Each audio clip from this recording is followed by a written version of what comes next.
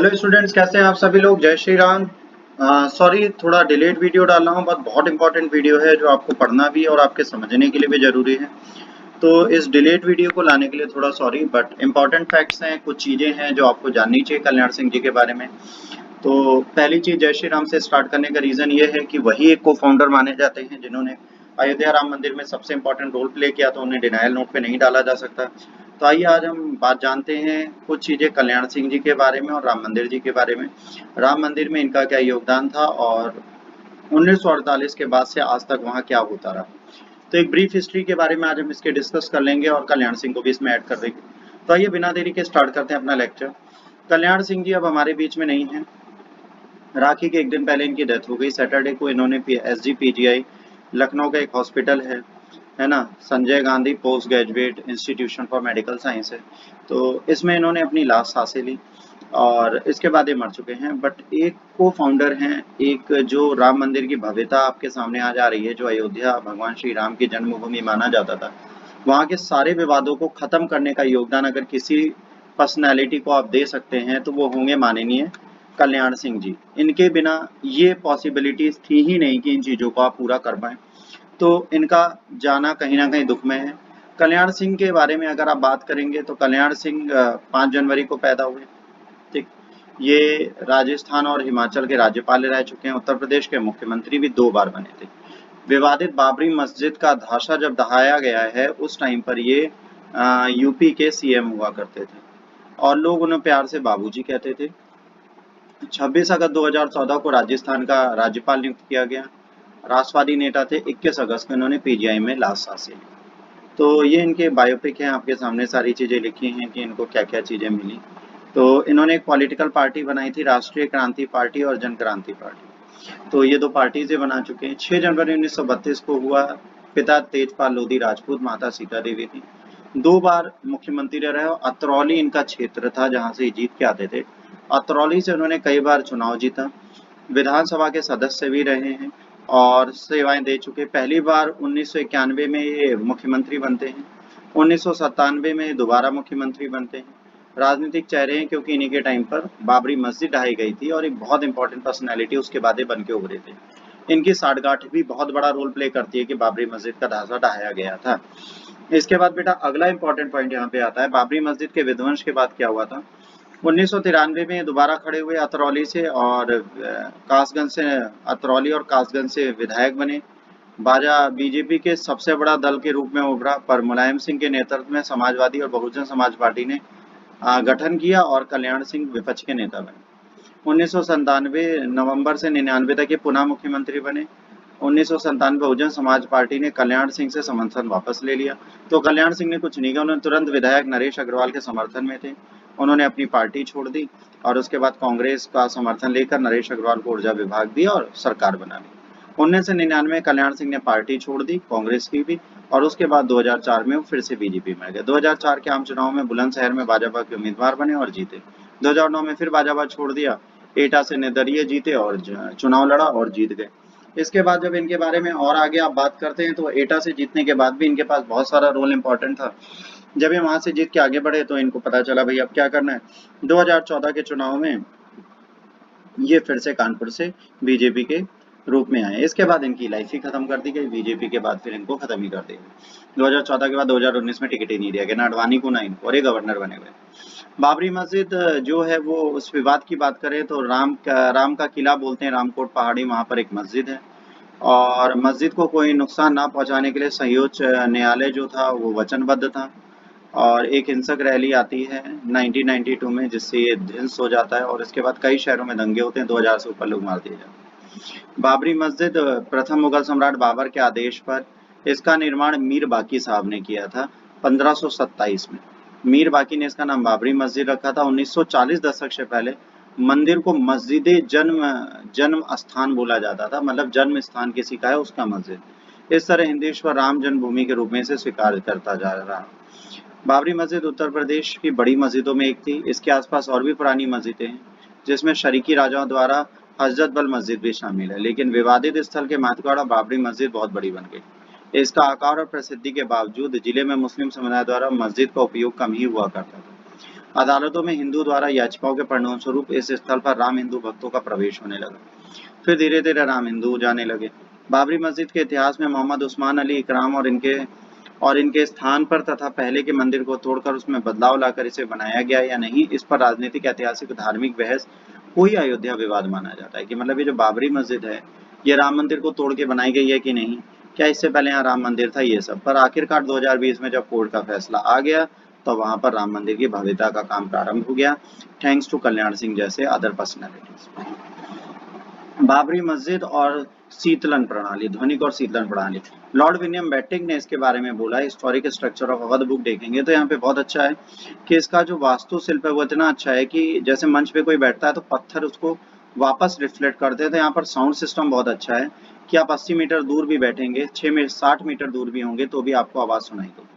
मंच में फैलाव होता है, ध्वनिकी का उल्लेख करते हैं। 16वीं सदी में आवाज का फैलाव बहुत उन्नत है और ये बहुत इंपॉर्टेंट चीज है।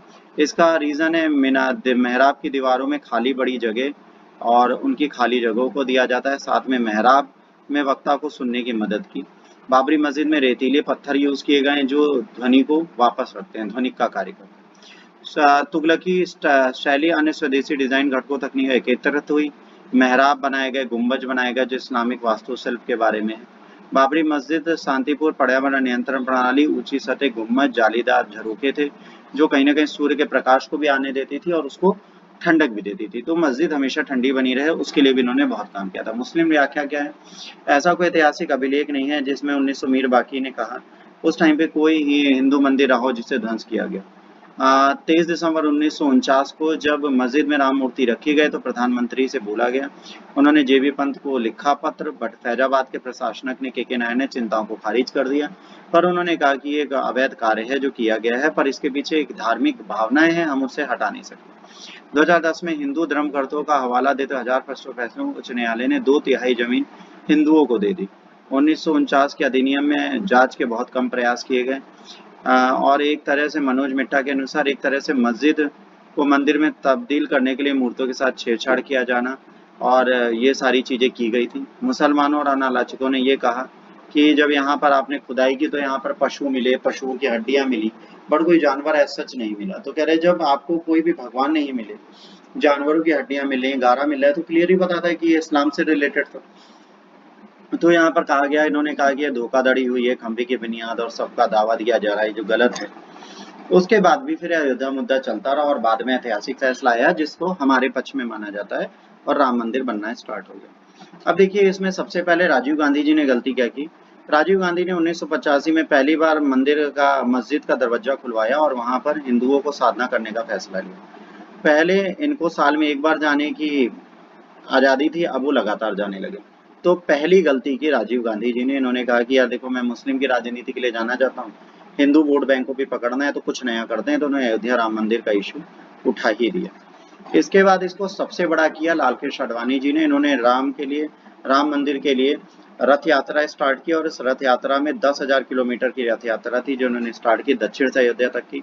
जहां जहां गुजरा वहां सांप्रदायिक हिंसा हुई। रथ पहुंचा जब लालू प्रसाद यादव के स्टेट में तो इन्हें गिरफ्तार कर लिया गया और उसके बाद इनको रोकने का प्रयास हुआ, कार सेवक वगैरह सब चले गए और उसके बाद मस्जिद आखिर तोड़ ही दिया गया। और इन्होंने कहा था कि कार सेवक आज आखिरी दिन कर रहे हैं, तो आडवाणी जी भी बहुत बड़ी पर्सनैलिटी बन के उभरे।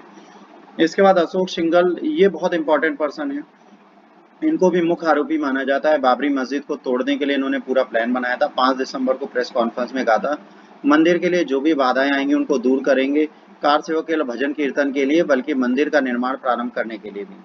6 दिसंबर को उन्होंने मंच से नारा लगाया था रामलला हम आए, मंदिर वहीं बनाएंगे, एक धक्का दो बाबरी मस्जिद तोड़ दो, है ना, एक धक्का दो और बाबरी मस्जिद तोड़ दो। ये सारी चीजें थी जो मुसलमानों के लिए अपोजिट जा रही थी, उसमें बहुत सारे विध्वंसक चीजें की गई और सब किया गया। अशोक सिंघल BHP के अध्यक्ष बने रहे काफी दिन तक और 2011 में उनकी उम्र बढ़ी तो इसके बाद वो चले गए। 17 नवंबर 2015 में इनकी डेथ हो गई। इसके बाद विनय कटियार राम मंदिर में BHP ने 1 अक्टूबर को जब दबंग शाखा बजरंग दल बनाई तो उसके 30 वर्षीय विनय कटियार को पहला अध्यक्ष बनाया गया। बजरंग दल कार्यकर्ताओं को ने उग्र बनाया। विवाह ढांचा गिराए जाने से पहले ही एक दिन पहले 5 दिसंबर को विनय कटियार के घर पर एक बैठक हुई, ठीक है। इसमें पवन पांडे, आडवाणी ये सब जुड़े हुए थे। शिवसेना के नेता पवन पांडे भी मौजूद थे, है ना। आडवाणी के भी थे, तो उन्होंने ये सब डिसाइड किया। छेबासड़ को अपने भाषण में कहा था इन्हें कटियार जी ने कि बजरंगियों का उत्साह तूफान से आगे एक क्या तमाम बाबरी मस्जिदों को ध्वंस कर देंगे, और यहीं सर ये चीजें हो गई। फिर फैजाबाद अयोध्या से लोकसभा की सीटों में 3 बार चुने गए, और आज ये हालत है कि बीजेपी ने इन्हीं को दूर कर दिया अपने आप से। आज ये बीजेपी के पार्ट नहीं। तो ये भी एक शॉकिंग चीज है, आज बीजेपी ही इनका सम्मान नहीं करती, बाकी लोगों की क्या बात की जाए। तो ये सारी चीजें यहाँ पर हैं जो आपको याद रखनी पड़ेंगी। और इसके बाद अगर आप आगे बात करते हैं तो इसके आगे क्या किया जाता है ये भी देख लेते हैं। इसके बाद मुरली मनोहर जोशी जी हैं। आडवाणी के बाद मुरली मनोहर जोशी बहुत इंपॉर्टेंट थे। 6 दिसंबर को ये वारदात के टाइम पे थे। गुंबद गिरने के बाद उमा भारती, आडवाणी, मुरली मनोहर जोशी एक दूसरे से गले मिल रही थी। और इसके बाद मुरली मनोहर समेत कई बीजेपी नेताओं पर आरोप है कि 28 नवंबर सुप्रीम कोर्ट के कारसो का फैसला हो जाने के बाद भी पूरे प्रदेश में सांप्रदायिकता के भाषण दिए, जिससे दंगे फैले। मुरली मनोहर जोशी 2014 में कानपुर से बीजेपी सांसद थे। फिर धीरे धीरे इनको भी मार्गदर्शन मंडल में जाकर इनको भी राजनीति से अलग कर दिया गया। कल्याण सिंह सीएम थे उस टाइम पे। तो कल्याण सिंह उन 13 लोगों में से चार्जशीट में थे जो इस साजिश में शामिल थे। इन्होंने सीधे बोला था कि भाई मैं ये विवादित ढांचा नहीं गिराऊंगा, गिरने दे ठीक है, पर मैं किसी पर गोली नहीं चलाऊंगा।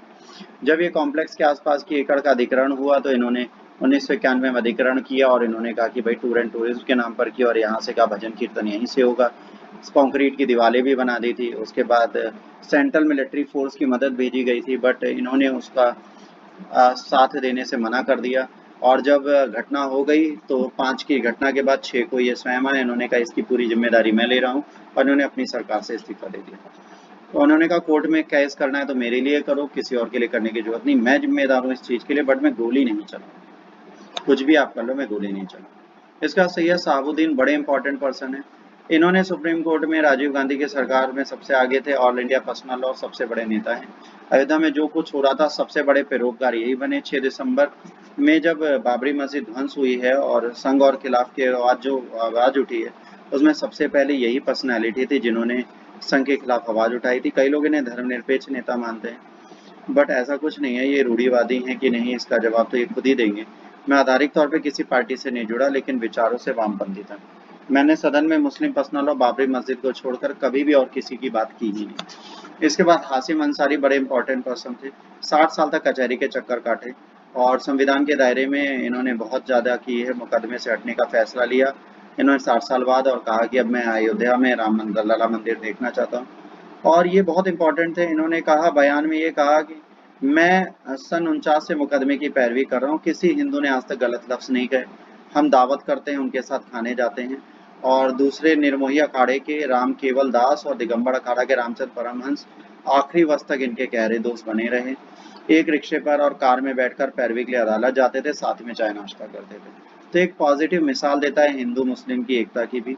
और इन्होंने ही बाद में कहा कि रामलला को स्वतंत्र करना चाहिए। उमा भारती बहुत इंपॉर्टेंट है। ये कथावाचक थी। ये इंपॉर्टेंट तब बनी जब 89-91 में लोकसभा का चुनाव जीत गई। पहले 84 में लड़ी और हार गई, उसके बाद जीत गई। 6 दिसंबर को ढांचा गिराया गया, उस टाइम पे वहाँ मौजूद थी। इन्होंने भी बहुत सारे उकसाने वाले भाषण दिए। बाबरी ढांचा गिराए जाने में लगातार सांसद रही, अटल बिहारी की सरकार में मंत्री भी रही। फिर दिग्विजय फिर उन्होंने पार्टी नेतृत्व में दिग्विजय सिंह के 10 साल के शासन को खत्म कर एमपी में बीजेपी की सत्ता वापस हुई। 2004 में अनुशासनहीनता के नाम पर इनको सदस्यता से बर्खास्त किया गया। जून 2011 में फिर ये सरकार बीजेपी में आ गई, और अभी वो झांसी सीट से सांसद है और मोदी सरकार में मंत्री भी रह चुके हैं। उमा भारती ग्वालियर राजघराने, विजय सिंधिया और साध्वी से आंदोलन की महिला अगुवाई थी। तो इन्होंने बहुत बड़ी राजनीति रूप में लो प्रोफाइल हो गई थी इनकी बाबरी विध्वंस के बाद। 2001 में बीजेपी सरकार ने आश्रम के लिए 17 हेक्टेयर जमीन 99 साल के लिए 1 रुपए सालाना की फीस पर आवंटित कर दी। उस समय इस जमीन की कीमत 20 करोड़ थी। इस आश्रम का नाम वात्सल्य ग्राम रखा गया, जहाँ कई बच्चों की पढ़ाई लिखाई का खर्चा भी उठाते हैं। तो बहुत अच्छे काम इन्होंने किए अपने टाइम पे, ये माना जाएगा। पीवी नरसिम्हा राव प्रधानमंत्री थे। इन्होंने अपनी आत्मकथा में लिखा, मेरी जानकारी है नरसिम्हा राव बाबरी मस्जिद ढह जाना में भूमिका थी। जब ढह रहा था पूजा में बैठे हुए थे और मस्जिद का आखिरी पत्थर भी हटा दिया गया, तब तक वो वहीं बैठे रहे। और इस घटना के बाद कैबिनेट मिनिस्टर में फ़ोन से बातचीत हुई, लेकिन उनसे कहा कि प्रधानमंत्री किसी से बात करने के लिए उपलब्ध नहीं। अर्जुन सिंह ने पूछा वो कब से फ़ोन नहीं ले रहा। वो दिल्ली में है, भी जवाब आया दिल्ली में है, लेकिन कमरे में बंद कर रखा है, हम निर्देशों में किसी भी हाल में उन्हें डिस्टर्ब ना किया जाए। तो सिंपल सी चीज़ है, इनको आइडिया होगा, इसीलिए खुद को लॉक करके पूजा के नाम पर बंद कर लिया था ताकि कोई डिसीजन ना देना पड़े। नरसिम्हा राव ने धर्मनिरपेक्ष और मुखौटा जरूर पहना रखा था, लेकिन सहानुभूति हिंदुत्व आंदोलन से थी, ये पक्का है। इसके बाद इन्हें क्लीन चिट दे दी हो। राहुल गांधी का कहना था, उन दिनों गांधी परिवार में किसी व्यक्ति के हाथों में देश की भागदौड़ होती है तो बाबरी मस्जिद नहीं गिरती है, काफी अहम। ऐसी बात है, गांधी आज भी चाहता था बाबरी मस्जिद रहे। राव इस मामले में जिंदगी भर चुप रहे, लेकिन मौत से 1 साल पहले उन्होंने बोला, अयोध्या 6 दिसंबर में उन्होंने लिखा, अयोध्या से जो कुछ हुआ वो काबू से बाहर था, तकनीकी कानूनी विवादित भूमि का कब्जा केंद्र के पास नहीं था। नरसिम्हा राव को हार्ट अटैक से उनका निधन हुआ था 2004 में। उससे पहले उन्होंने कहा, मेरे हाथ में कुछ था नहीं, अगर होता तो मैं जरूर सपोर्ट करता, बट केंद्र के हाथ में वो कोई विवाद था ही नहीं, तो मैं उसको कैसे सॉल्यूशन देता। तो इन्होंने उसका कोई सॉल्यूशन नहीं दिया। तो इस तरह राम मंदिर के ढांचे को गिरा दिया गया, उसको खत्म कर दिया गया, बाबरी मस्जिद के ढांचे को गिरा दिया गया और राम मंदिर बनाना प्रारंभ हो गया। जैसे राम मंदिर के ढांचे को गिरा के बाबरी मस्जिद बनी थी, इतिहास ने खुद को दोहराया। कल्याण सिंह स्वर्णिम अक्षरों में इस देश के इतिहास में जुड़ चुके हैं, आज उन्हें खत्म करना मुश्किल है, उनकी सोच विचारधारा को। तो आज इस लेक्चर में इतना ही। अगर आपको ये अच्छा लगा तो प्लीज लाइक शेयर सब्सक्राइब करिए। अगले लेक्चर तक के लिए गॉड ब्लेस यू और टेक केयर। जय हिंद, वंदे मातरम।